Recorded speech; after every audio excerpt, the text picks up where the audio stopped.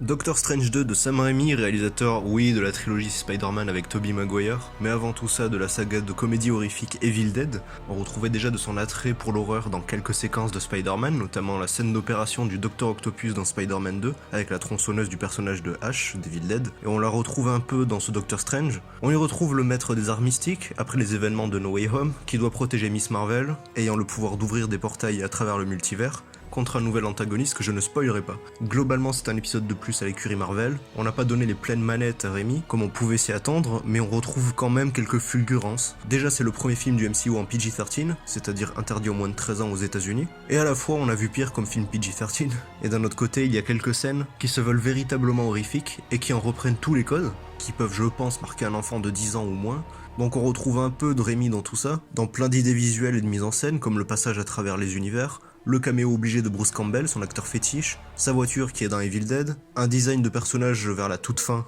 qui peut rappeler Army of Darkness, un combat mis en scène avec des notes de musique. Il y a plein de réminiscences de Raimi qui malheureusement auraient pu aller plus loin et restent aseptisés par un cahier des charges où il faut respecter la direction artistique du MCU et pas s'éloigner trop de ce que proposait l'univers, même si c'est ce qu'avait fait Gunn avec ses Gardiens de la Galaxie et ça avait changé l'atmosphère des phases de Marvel qui ont suivi, en rajoutant plus d'humour, même là où il ne devrait pas y en avoir, là où la première phase se prenait beaucoup plus au sérieux. Aussi, si vous vous attendez à un espèce d'endgame avec un regroupement de plein de personnages Marvel à travers le multivers pour titiller votre esprit de fan, passez votre chemin, parce que c'est un vrai film Doctor Strange, rien de plus. Il y aura peut-être une scène fanservice qui va vous satisfaire à ce niveau-là, mais qui ne fera clairement pas avancer plus que ça l'univers. H versus Spider-Verse du pauvre sur 20.